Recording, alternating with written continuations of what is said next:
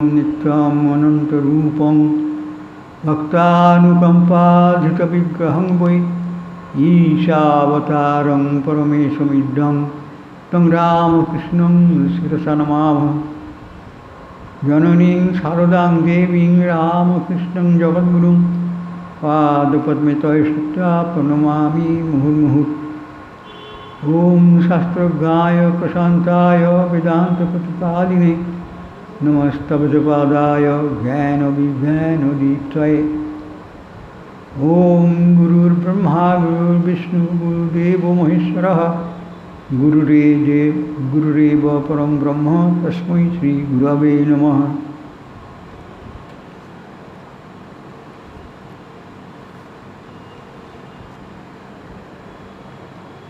আমি অভয়চন্দ্রজি মহারাজের রচনাবলীর মধ্যে ভগবদ্গীতার দিব্যবাণী, সেখানে আমাদের আলোচনা চলছিল।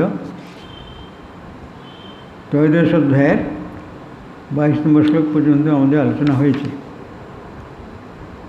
সেই শ্লোকেরই আলোচনা শেষ ভাগ আমাদের শুরু হচ্ছে আজকে।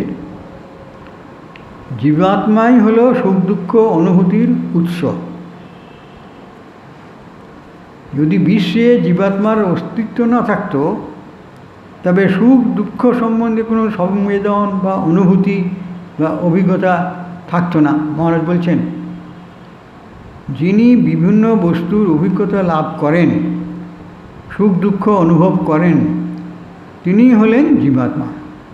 এই আমাদের শরীর তো জড় বস্তু, সে তো এই কোনো অনুভব বা অনুভূতি এই শরীরে থাকে না, কিন্তু তার মধ্যে যে জীবাত্মা রূপী যে কারণরূপ শক্তি বিরাজিত রয়েছে, সেই শক্তির দ্বারাই আমাদের সুখ দুঃখ ইত্যাদি অনুভব করতে হয়।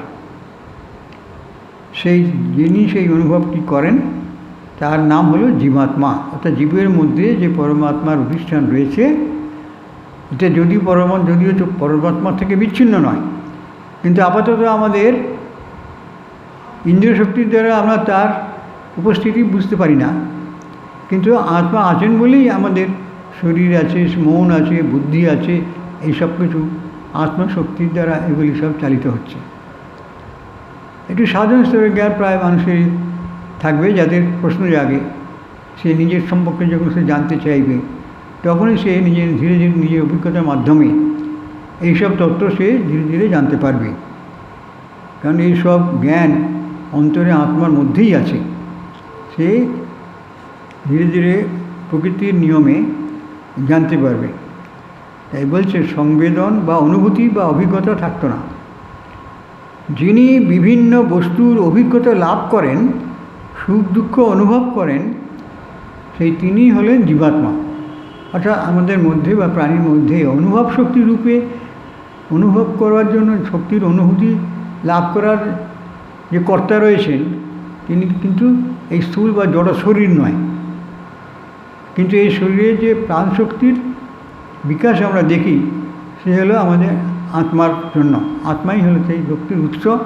তাকে আমরা বলি, যেহেতু খণ্ড খণ্ডভাবে আমাদের কাছে প্রতীয়মান হয়, যদিও তিনি খণ্ডিত হন না, তিনি অখণ্ড সত্তা, তবুও শারীরিক অস্তিত্বের জন্য তার সেই খণ্ডভাব আমরা স্বীকার করি এবং তাকে বলি যে জীবাত্মা এই নাম দিয়ে। কিন্তু একই আত্মা, জীবাত্মা। আত্মা বলতে জীবাত্মাও বোঝাবে, পরমাত্মাকেও বোঝাবে। শাস্ত্রের বহু জায়গায় আত্মা বলেই শুধু বলা আছে, কারণ সেখানে জীবাত্মা বা পরমাত্মা আলাদা আলাদা ভিন্নভাবে কোনো সময় বলা নেই। কারণ এক আত্মা দুই নয়, আত্মা এক। সর্বত্র আত্মা যদি একই হয়, তাহলে ভিন্ন ভিন্ন মানুষের মধ্যে ভিন্ন ভিন্ন জীবাত্মা একই কী করে হলো? এর রহস্যময়, কিন্তু জগতে এই রহস্য সবসময় আমরা দেখে চলেছি বা উপলব্ধি করে চলেছি। ঋষির বাক্য দ্বারা আমরা সেগুলো জানতেও পারি। তাই বলছেন, যিনি বিভিন্ন বস্তুর অভিজ্ঞতা লাভ করেন, সুখ দুঃখ অনুভব করেন, যিনি মানে যে শক্তি আমাদের মধ্যে বিরাজ করছেন, সেই শক্তি হলো জীবাত্মা। ওই সত্তাটির বা বস্তুটির নাম হলো অহংভাব এবং বুদ্ধিমান সত্তা বা জীবাত্মা।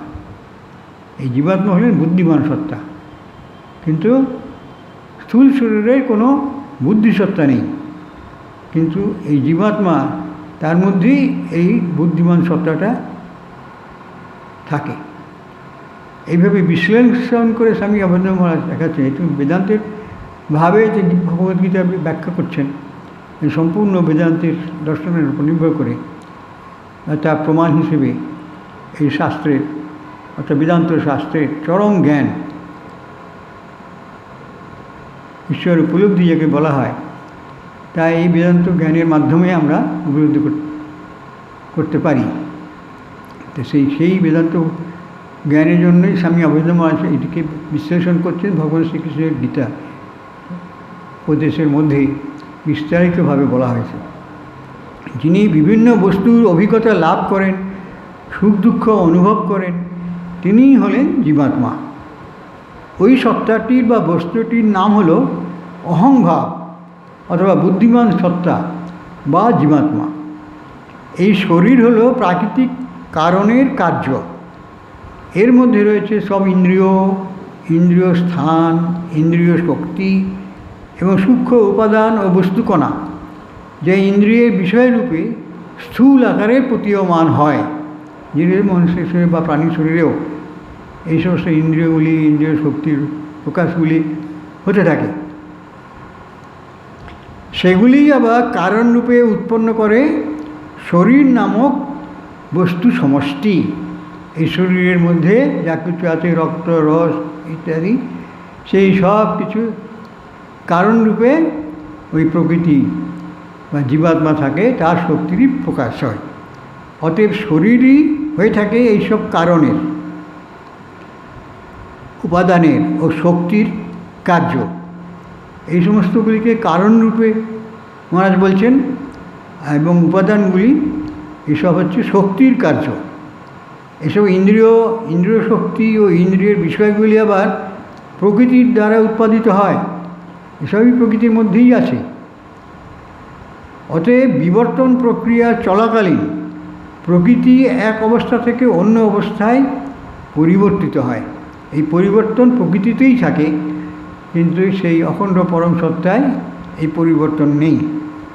প্রত্যেকটি অবস্থা পরবর্তী অবস্থাগুলির কারণ এই প্রকৃতির নিয়মে, আর পূর্ববর্তী অবস্থাগুলির কার্য। অতএব দেখা যাচ্ছে যে কারণ ও কার্য পরস্পর সম্পর্কিত। কারণ না থাকলে কার্য হয় না, আর কার্য থাকলে তার কারণ আছে। আমরা কারণকে কার্য থেকে অথবা কার্য থেকে কারণকে পৃথক করতে পারি না। এগুলি একসঙ্গেই থাকবে এবং তা প্রকাশও হবে। এই পারস্পরিক শৃঙ্খলিত ভাবকে পৃথক করা যায় না, এটা শৃঙ্খলিত হয়ে আসে। যেমন কারণ তেমনি কার্য। কার্য থেকে কারণকে জানা যায়, আবার কারণ থেকে সেই যে কার্য হবে তাও জানা যায়। তাই বলছেন সংস্কৃতে এরই নাম দেওয়া হয় সংসার। সংসার মানে সরতি, যা সরে সরে যায়, এই হলো সংসার। ওই শব্দটি যখন ব্যবহৃত হয় তখন তার অর্থ হলো সেই অবস্থা যেখানে জীবাত্মা অনুভব করে প্রকৃতিকে বা প্রকৃতির গুণগুলিকে, যা থেকে দুঃখ সুখের উৎপত্তি হয়। এই হলো সাংসারিত্ব বা পৃথিবীতে পার্থিব অস্তিত্ব। সরে সরে যায়, এই জন্য সংসারের নাম দেওয়া হয়েছে সংসারিত্ব বা পৃথিবীতে পার্থিব অস্তিত্ব। আমরা এই স্তরে এসেছি সুখ দুঃখ ও অন্য সব সংবেদন বা অনুভূতির অভিজ্ঞতা লাভের জন্য। এই হলো জগৎ, যার নাম সংসার। জীবাত্মা যখন এই স্তরে থাকেন তখন তার নাম হয় সংসারী, অর্থাৎ ইনি হন সুখ দুঃখের বিষয়ের সঙ্গে সদা জড়িত দৃশ্যমান সত্তা। শরীর আছে, রূপ আছে, আকার আছে, সেই জন্য তিনি হলেন দৃশ্যমান সত্তা। আর সংসারের কারণ হলো প্রকৃতি ও জীবাত্মা উভয়ই। এই প্রকৃতি ও জীবাত্মা এনাকেই পুরুষ বলা হয়। পুরুষের মধ্যেই শক্তি লুকায়িত থাকে। এই জন্যে প্রকৃতি ও জীবাত্মা এই উভয়ই হলো এই সংসারের কারণ। একা প্রকৃতি সংসারের কারণ নয়। এই প্রকৃতির সঙ্গে যখন এই জীবাত্মা তার যে কার্যকরী শক্তিকে বিকাশ করতে থাকেন, তখনই সেখানে এই সংসারের সৃষ্টি হয়। অর্থাৎ ইনি হন সুখ দুঃখের বিষয়ের সঙ্গে সদা জড়িত দৃশ্যমান সত্তা। সংসারের কারণ হলো প্রকৃতি ও জীবাত্মা উভয়েই। যদি কেবল প্রকৃতিই থাকতো আর প্রকৃতির অভিজ্ঞতা লাভের জন্য কেউ থাকতো না, তবে এই জগৎ এই রকম হতো না। আর যদি কেবল জীবাত্মাগুলি থাকতো আর প্রকৃতি বা অন্য কিছু থাকতো না যার অভিজ্ঞতা লাভ করা যেতে পারে, তখনও এই জগৎ এরকম হতো না। কি সুন্দর বলছেন মহারাজ, যুক্তি দিয়ে, যুক্তিগ্রাহ্য। অতএব আমাদের চাই বিষয় সৃষ্টিকারী প্রকৃতিকে। বিষয় সৃষ্টিকারী যে প্রকৃতির মধ্যে স্থূল সূক্ষ্ম সমস্ত বিষয়, পঞ্চমহাভূত অন্যান্য শক্তিগুলির যে বিকাশ আমরা দেখি প্রকৃতির মধ্যে সেগুলি থাকে। অতএব আমাদের চাই বিষয় সৃষ্টিকারী প্রকৃতিকে। আবার সেই সঙ্গে চাই এমন একজনকে যিনি প্রকৃতির নিয়ন্তা হবেন, অর্থাৎ জীবাত্মাকে, যিনি বিষয়গুলির অভিজ্ঞতা লাভ করবেন এবং তাদের জানবেন, জ্ঞাতা। এই যে জ্ঞাতা আমাদের মধ্যে থাকে তাকে আমাদের শরীর। আমরা প্রশ্ন করলেই বুঝতে পারি শরীর তো আমাদের স্থূল পদার্থ বিশেষ, তার নিজের কোনো সংবেদন নেই। সংবেদন তো আত্মার। আত্মাই সেগুলো জানতে পারে, সে নিয়ন্ত্রণ করতে পারে, পরিবর্তন করতে পারে।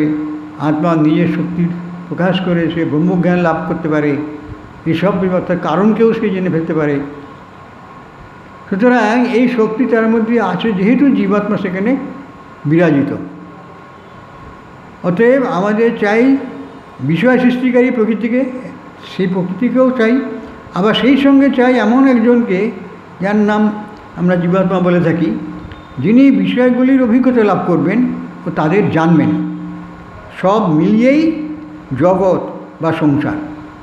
অন্যথা হলে সে জগৎ কোনো কাজে লাগবে না।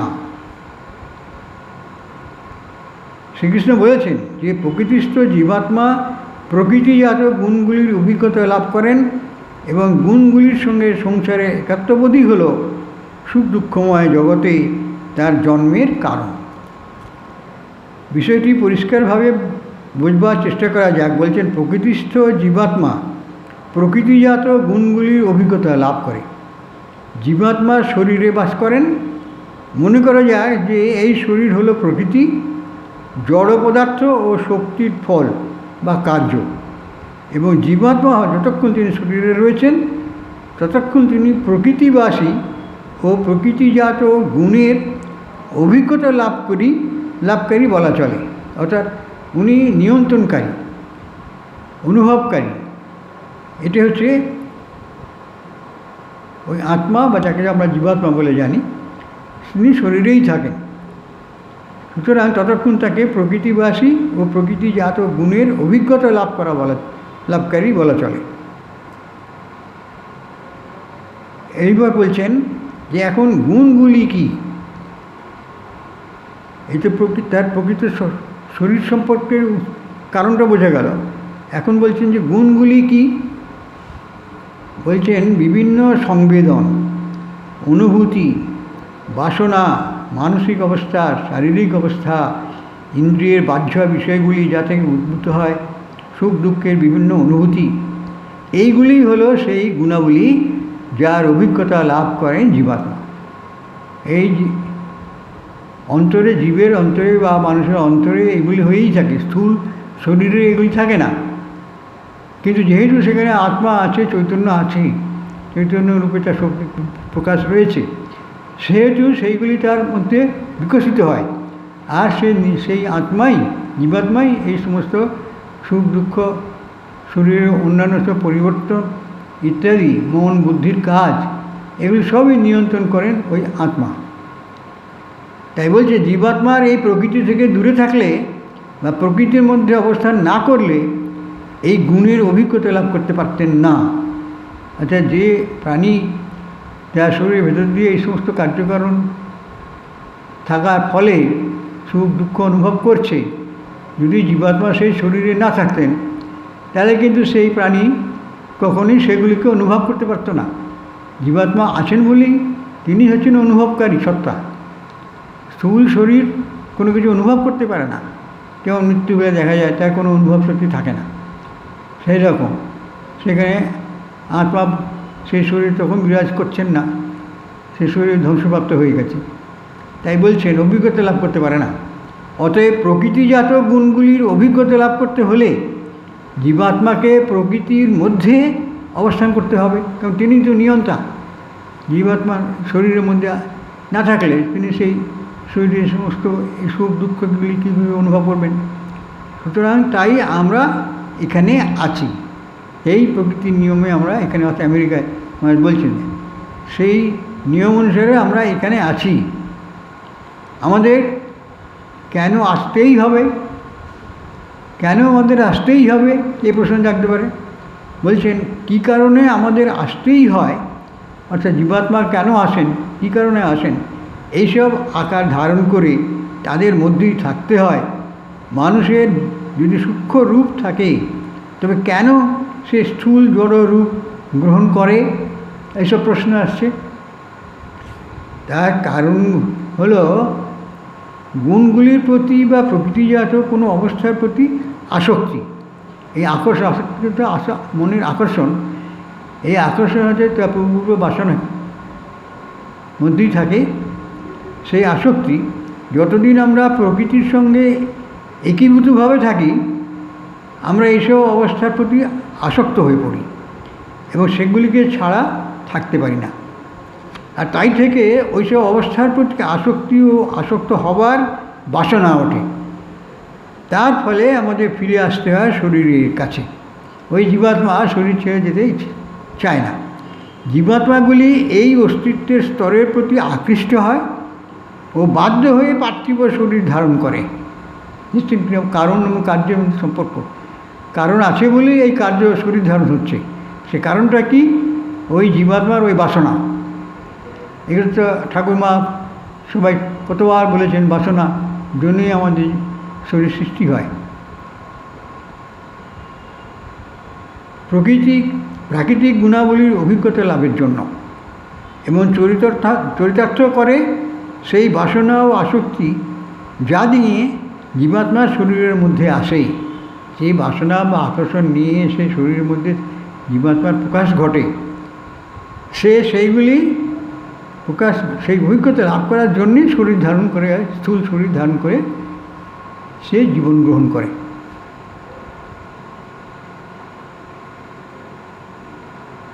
এই গুণাবলীর সঙ্গে জীবাত্মার একাত্মতা কেন হয়? জীবাত্মার সঙ্গে শরীরের একাত্ম মনে হয় একই বস্তু বলে।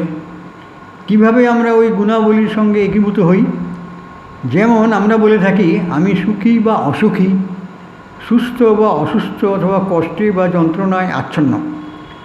যন্ত্রণা শরীরের হলেও জীবাত্মা শরীরের সঙ্গে একীভূত বলে অনুভব করে আমি জ্ঞান হারিয়েছি, আমি দুর্বল, আমি রোগা, আমি রুগ্ন বা ফর্সা বা গাঢ় রংযুক্ত, আমি বৃদ্ধ, আমি যুবা ইত্যাদি। এটি বোঝা যাচ্ছে যে জীবাত্মা শরীরের সঙ্গে একীভূত, যে শরীর আত্মা থেকে ভিন্ন। প্রকৃতপক্ষে জীবাত্মা বৃদ্ধও নয়, যুবাও নয়, জীবাত্মা দুর্বলও নয়, জ্ঞানহীন নয়, আত্মা দুর্দশাগ্রস্তও নন, অসুখীও নন। যেমন আমরা সাধারণ অর্থে বলে থাকি, যখন আমরা বলি আমি ক্ষীণ বা পাতলা, আমি দুর্বল বা চলতে পারি না, আমরা তা বলি সেই একত্রতা ভাব থেকে, অর্থাৎ জীবাত্মাকে শরীর থেকে পৃথক না করে পরন্তু নিজেকে শরীরের সঙ্গে একীভূত করে তবে ওই সব কথা আমরা বলতে পারি। তখন শরীরের যেসব পরিস্থিতি ও পরিবর্তন ঘটছে জীবাত্মা সেসবকে নিজের ওপর গ্রহণ করছে। তাই জীবাত্মা বলে আমি যন্ত্রণা ভোগ করছি ইত্যাদি। এসবই হলো জীবাত্মার প্রকৃতির সঙ্গে বা শরীরের প্রাকৃতিক অবস্থার সঙ্গে একীভূত বা একাত্মতা হওয়ার ফল। জীবাত্মার সঙ্গে গুণের এই একত্রতা বোধ হলো এই ভালো মন্দের জগতে আমাদের জন্মের কারণ। যতদিন আমাদের পার্থিব অবস্থার ও প্রাকৃতিক গুণের সঙ্গে নিজেদের একাত্ম হবার প্রবণতা থাকবে ততদিন আমাদের এই জগতে বারবার ফিরে আসতে হবে এবং জন্মগ্রহণ করতে হবে। অতএব ত্যাগই হলো আমাদের জীবনের একমাত্র উপায়, যার দ্বারা আমরা আমাদের প্রকৃত জীবাত্মার স্বরূপকে উপলব্ধি করতে পারি।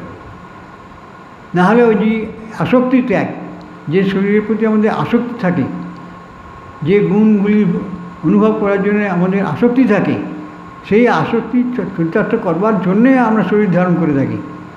সেইগুলি না থাকলে আমাদের শরীর ধারণ করার ইচ্ছা জাগতো না। আসক্তি তার থেকেই বাসনা সৃষ্টি, তার প্রকাশ হয় থাকে। তাই আজকে আমরা এখানেই শেষ করছি। ওম পূর্ণমদঃ পূর্ণমিদং পূর্ণাৎ পূর্ণমুদচ্যতে পূর্ণস্য পূর্ণমাদায় পূর্ণমেবাবশিষ্যতে।